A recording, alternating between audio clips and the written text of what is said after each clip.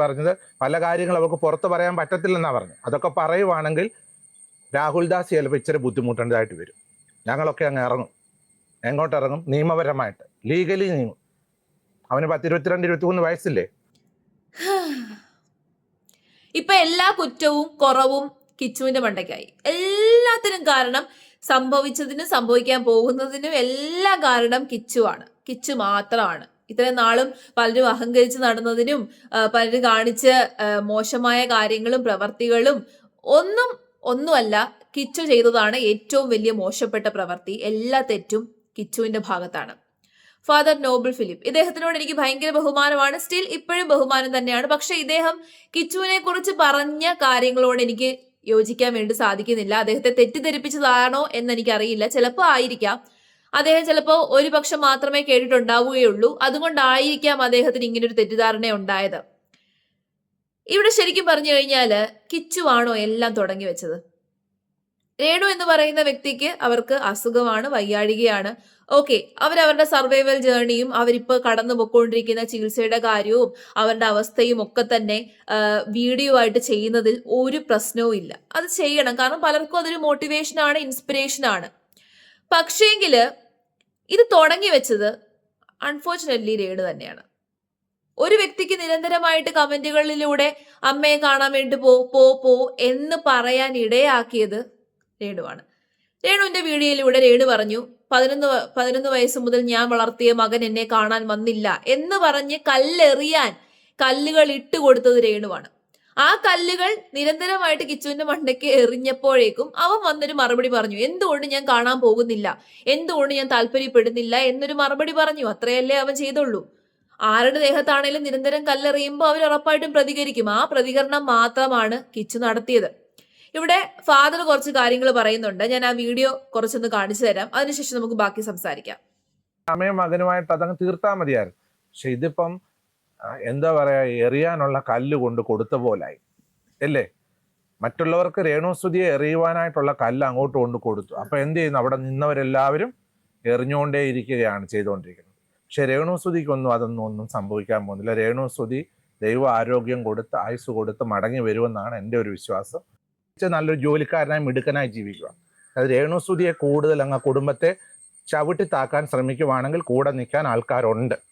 ഞാൻ മാത്രമല്ല, ഒരുപാട് പേര് രേണുസുതിയുടെ കുടുംബത്തെ സപ്പോർട്ട് ചെയ്യാനായിട്ടുണ്ട്. കൊല്ലത്ത് അവിടെ ജീവിക്കുക, സന്തോഷമായിട്ട് ജീവിക്കില്ല. ഇവിടെ വീടുണ്ട്, ഇവിടെ റൂമുണ്ട്.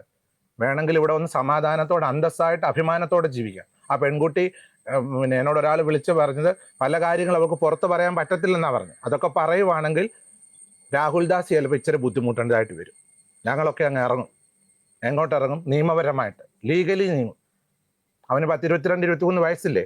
സ്വന്തം കാര്യം നോക്കി സന്തോഷമായി ജീവിക്കട്ടെ. അത്രേ എനിക്ക് അതിനെപ്പറ്റി പറയാനുള്ളൂ. പ്രായത്തിന്റെ അല്ല, അഹങ്കാരം. അങ്ങനെ തന്നെ കൊടുത്തോളൂ. അഹങ്കാരമായത് ഈ വീട്ടിൽ വന്ന അഹങ്കാരം കാണിക്കാൻ നോക്കത്തില്ല. കാരണം ഇവിടെ പല നാട്ടുകാരും അത് നാട്ടിലുള്ള ആൾക്കാർ അതിനെപ്പറ്റി ഇപ്പൊ ചർച്ച ചെയ്തോളുണ്ട്. വിവരങ്ങളൊക്കെ ഉണ്ട് നമ്മുടെ കയ്യിൽ. ഞാൻ ഇപ്പോഴാണ് ഇതിനെപ്പറ്റിയൊക്കെ അറിയുന്നത്. ഈ പുള്ളിക്കാരൻ ഇങ്ങനെ പല കാര്യങ്ങളിൽ കേസിൽ പെട്ടെന്നൊക്കെ ഉള്ളവർ പോലീസുകാർ പറഞ്ഞായിരുന്നു. പക്ഷെ ഇപ്പം ഞാൻ പല കാര്യങ്ങൾ അറിയുന്നുണ്ട്. ഇവിടെ എൻ്റെ ഈ പുരയിടത്തിനകത്ത് അതൊന്നും നടക്കത്തില്ല. ഇവിടെ രേണുവിന് വയ്യാതായതോട് കൂടിയിട്ട് കിച്ചുവിനില്ലാത്ത സ്വഭാവദൂഷ്യങ്ങളൊന്നുമില്ല എന്നുള്ളതാണ് സത്യം. കിച്ചുവിന് മൊത്തത്തിൽ അങ്ങ് സ്വഭാവത്തിനെല്ലാം അങ്ങ് പ്രശ്നമാണ്. നിങ്ങൾ മനസ്സിലാക്കേണ്ട ഒരു കാര്യം, ഞാൻ കിച്ചു എന്ന് പറയുന്ന വ്യക്തിയെ ന്യായീകരിക്കുകയൊന്നുമല്ല കേട്ടോ. ഉറപ്പായിട്ടും അവൻ തെറ്റായ മാർഗങ്ങളിലൂടെ പോയിട്ടുണ്ട്, തെറ്റായ കൂട്ടുകെട്ടുകൾ ഉണ്ടായിട്ടുണ്ട്, തെറ്റായ കാര്യങ്ങൾ ഉപയോഗിച്ചിട്ടുണ്ട് എന്ന് അവൻ തന്നെ തുറന്നു പറഞ്ഞിട്ടുള്ളതാണ്. മീഡിയാസിന് മുമ്പിൽ വന്ന് അവൻ തന്നെ തുറന്നു പറഞ്ഞിട്ടുള്ളതാണ്. പക്ഷെ അതിനുള്ളൊരു സാഹചര്യം നിങ്ങളൊന്ന് ആലോചിച്ച് നോക്കിയേ. ജീവിതത്തിലേക്ക് 3 അമ്മമാര് കടന്നു വരുന്നു. ആദ്യത്തെ അമ്മ ഉപേക്ഷിച്ചു പോകുന്നു. അച്ഛൻ എപ്പോഴും അടുത്തില്ല, അച്ഛൻ ജോലിക്കെന്ന് പറഞ്ഞുകൊണ്ട് പോകുന്നു. അത് 2ാം അമ്മയുടെയും 3ാം അമ്മയുടെയും കീഴിൽ ജീവിച്ച ഒരു വ്യക്തി. കാര്യങ്ങൾ ഷെയർ ചെയ്യാനോ ചേർത്ത് പിടിക്കാനോ ഒന്നും അവൻ ആരും ഉണ്ടായിരുന്നില്ല. അതിനുശേഷം കുറച്ച് കഴിഞ്ഞപ്പോഴേക്കും അച്ഛനും പോയി. ആരാണ് അവൻ ഉണ്ടായിരുന്നത്? ആരാണ് അവന് തണലുണ്ടായിരുന്നത്? ആരും ഉണ്ടായിരുന്നില്ല. ഒന്ന് മാനസികാവസ്ഥയൊന്ന് ആലോചിച്ച് നോക്കിക്കേ. എന്തൊക്കെയാണെന്ന് പറഞ്ഞു കഴിഞ്ഞാൽ 10 അമ്മ ചമഞ്ഞാലും പെറ്റമ്മയാവില്ലെന്ന് പറയത്തില്ലേ? പെറ്റമ്മയുടെ ഭാഗത്ത് നിന്ന് അങ്ങനെ ഒരു സംഭവം ഉണ്ടായി. പെറ്റമ്മ ഉപേക്ഷിച്ചിട്ട് പോയി. അതിനുശേഷം വേറൊരു അമ്മ ജീവിതത്തിലേക്ക് കടന്നു വരുന്നു. അവിടെയും അച്ഛനും അമ്മയും തമ്മിൽ പ്രശ്നം, വഴക്ക്, വലിയ വിഷയങ്ങള്. അതിനുശേഷം അത് കഴിഞ്ഞ് 3ാമതൊരു അമ്മ കടന്നു വരുന്നു. ഈ ഒരു ഇത്തരം സാഹചര്യങ്ങളിലൂടെ കടന്നു പോയിട്ടുള്ള ഒരു കുട്ടിയുടെ മാനസികാവസ്ഥയും ഡിപ്രഷനും നിങ്ങളൊന്ന് ആലോചിച്ച് നോക്കിക്കുക. അവൻ ഏതൊക്കെ രീതിയിലായിരിക്കും കടന്നു പോയിട്ടുണ്ടാവുക. അത് വഴിതെറ്റി പോയില്ലെങ്കിലേ ഉള്ളൂ അതിശയം. ഇപ്പൊ ഒരുവിധം നല്ല രീതിയിൽ ജീവിക്കാൻ വേണ്ടിയിട്ട് ശ്രമിക്കുന്നു, കുറെ കാര്യങ്ങൾ ചെയ്യാൻ വേണ്ടിയിട്ട് ശ്രമിക്കുന്നു. ആ സമയത്ത് രേണു മനഃപൂർവ്വം അവനെ കല്ലെറിയാൻ വേണ്ടിയിട്ട് എന്നെ നോക്കാൻ വന്നില്ല, എന്നെ കാണാൻ വന്നില്ല എന്ന് പറയുന്ന ഒരു ഹിന്റ് സോഷ്യൽ മീഡിയയിലേക്ക് ഇട്ടുകൊടുക്കുന്നു. അത് ഇട്ട് കൊടുത്തതോട് കൂടിയിട്ട് കുറെ ആൾക്കാർ അത് ഏറ്റുപിടിക്കാൻ വേണ്ടിയിട്ട് പോകുന്നു. ഏറ്റുപിടിച്ചിട്ട് പിന്നെ അവനെ പഴിക്കാൻ പോകുന്നു. നീ ഒരു മോനാണോ, നീ അമ്മയെ പോയി കണ്ടില്ലെങ്കിൽ നീ പാപിയാണ് എന്ന രീതിയിലേക്ക് വീഡിയോസ് ഒക്കെ വരുന്നു. അവന് കമന്റ്സുകൾ വരുന്നു. ആ സാഹചര്യത്തിൽ അളമുട്ടിയ ചേരയും കടിക്കും എന്ന് പറഞ്ഞതുപോലെ ആ സാഹചര്യത്തിലാണ് അവൻ ശരിക്കും പറഞ്ഞു കഴിഞ്ഞാൽ അങ്ങനെ ഒരു വീഡിയോ ഇട്ടത്. ആണല്ലോ, അത് എല്ലാവർക്കും മനസ്സിലായതാണ്. അല്ലെങ്കിൽ വീഡിയോ ഇടില്ല. പിന്നെ ഈ ഫാദറിനോട് ബഹുമാനത്തോടു കൂടി തന്നെ ഞാൻ പറയുന്നു, അദ്ദേഹം ചിലപ്പോൾ ഇത് അറിഞ്ഞു കാണത്തില്ല. ഇതാണ് ഫാദർ കാരണം. ഈ കാരണത്താലാണ് അവൻ അത്തരം ഒരു വീഡിയോ ഇട്ടത്. അല്ലാതെ രേണുവിനെ മനഃപൂർവ്വം പോയി അങ്ങോട്ട് പോയി ഉപദ്രവിക്കുകയോ വഴക്കുണ്ടാക്കാൻ പോവുകയോ ഒന്നും ചെയ്യാറില്ല പയ്യൻ. അവന്റെ കാര്യം നോക്കി പോവുകയാണ് ചെയ്യുന്നത്.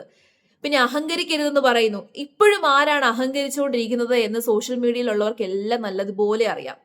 നമുക്കൊരു അസുഖം വരുന്ന സമയത്ത് നമ്മൾ കൂടുതൽ ദൈവത്തിലേക്ക് അടുക്കുന്നു. നമ്മൾ കുറച്ചും കൂടി നല്ല മനസ്സോട് കൂടിയിട്ട് നല്ല കാര്യങ്ങളൊക്കെ ആലോചിച്ച് സമാധാനത്തോടു കൂടി സന്തോഷത്തോടു കൂട്ടൊക്കെ ജീവിക്കുക. ഇത്തരം സാഹചര്യങ്ങളിൽ അതാണ് നമ്മൾ ചെയ്യേണ്ടത്. അല്ലാതെ ഇപ്പോഴും അഹങ്കരിച്ച് കുറ്റം പറഞ്ഞ് അമ്മയും മകനുമാണ് എന്ന് ഫാദർ പറയുന്നുണ്ട്. അമ്മയും മകനുമാണ്, അപ്പൊ അങ്ങോട്ടും ഇങ്ങോട്ടും പരസ്പരം പറഞ്ഞു തീർക്കണമെന്ന്. പക്ഷെ ആ അമ്മ ചെയ്തത് എന്താണ്?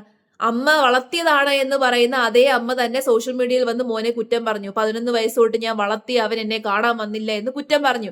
ആ കുറ്റത്തിൽ നിന്നാണ് എല്ലാം തുടങ്ങിയത്. അപ്പൊ നല്ലതുപോലെ നല്ല മനസ്സുള്ള അമ്മയാണെന്നുണ്ടെങ്കിൽ എന്താ ചെയ്യേണ്ടത്? അവനെ വിളിക്കുക. അവനെ വിളിച്ചിട്ട് പറയാം, മോനെ എനിക്ക് വയ്യ, നീ ഒന്ന് കാണാൻ വരണം. അങ്ങനെയല്ലേ ചെയ്യുന്നത്? രേണുവിന്റെ ഫാമിലിയും കുടുംബവും ഒക്കെ മറ്റുള്ളവരെ എല്ലാം വിളിക്കുന്നുണ്ട്, അവിടേക്ക് വരണമെന്ന് പറയുന്നുണ്ട്, രേണുവും വിളിക്കുന്നുണ്ട്.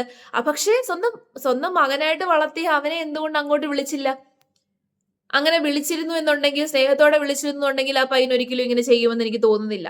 അപ്പൊ പരസ്പരം പറഞ്ഞു തീർക്കണം എന്ന് പറയുന്നത് രേണുവിനോട് കൂടി പറയേണ്ട ഉപദേശമാണ്. നല്ല രീതിയിൽ ജീവിക്കുക ഇനിയെങ്കിലും. രേണു എപ്പോഴും പറയുന്നുണ്ട് ഋതപ്പന് വേണ്ടിയിട്ട് ജീവിക്കണം. സത്യമാണ്. ആ കുഞ്ഞിന് വേണ്ടിയിട്ട് ജീവിച്ചേ പറ്റത്തുള്ളൂ. നല്ല രീതിയിൽ ഊർജ്ജസ്വലയായിട്ട് തിരിച്ചു വന്നേ പറ്റത്തുള്ളൂ. അപ്പൊ അതിന് ആദ്യം നമ്മൾ മനസ്സ് നന്നായിട്ട് വെക്കുക, മനസ്സ് ഓക്കെ ആയിട്ട് വെക്കുക, സമാധാനത്തോടു കൂടി ഇരിക്കുക. പറ്റുമെങ്കിൽ സോഷ്യൽ മീഡിയയിൽ നിന്ന് ഒരു ബ്രേക്ക് എടുക്കുക. അല്ല, സോഷ്യൽ മീഡിയ ഉപയോഗിച്ചേ പറ്റത്തുള്ളൂ എന്നുണ്ടെങ്കിൽ നല്ല കാര്യങ്ങൾ സോഷ്യൽ മീഡിയയിലൂടെ ഷെയർ ചെയ്യുക. അഹങ്കാരത്തോടുകൂടി വീഡിയോ ഇട്ട് കഴിഞ്ഞാൽ ആരും അത് ഏറ്റെടുക്കില്ല. ഇതൊക്കെ നമ്മൾ മനസ്സിലാക്കേണ്ട കുറച്ച് കാര്യങ്ങളാണ്. പക്ഷെ ഇപ്പോഴും ചില ആൾക്കാരൊന്നും മനസ്സിലാക്കുന്നില്ല എന്നുള്ളതാണ് യാഥാർത്ഥ്യം. എത്ര കിട്ടിയാലും ചിലർ പഠിക്കില്ല. എത്രയൊക്കെ വീഴ്ചകൾ വന്നു കഴിഞ്ഞാലും അവര് ഇതേ ഒരു പാതയിലൂടെ തന്നെ പോകും. അഹങ്കാരത്തിന്റെ പാതയിലൂടെ ഇങ്ങനെ കടന്നു പോയിക്കൊണ്ടേയിരിക്കും.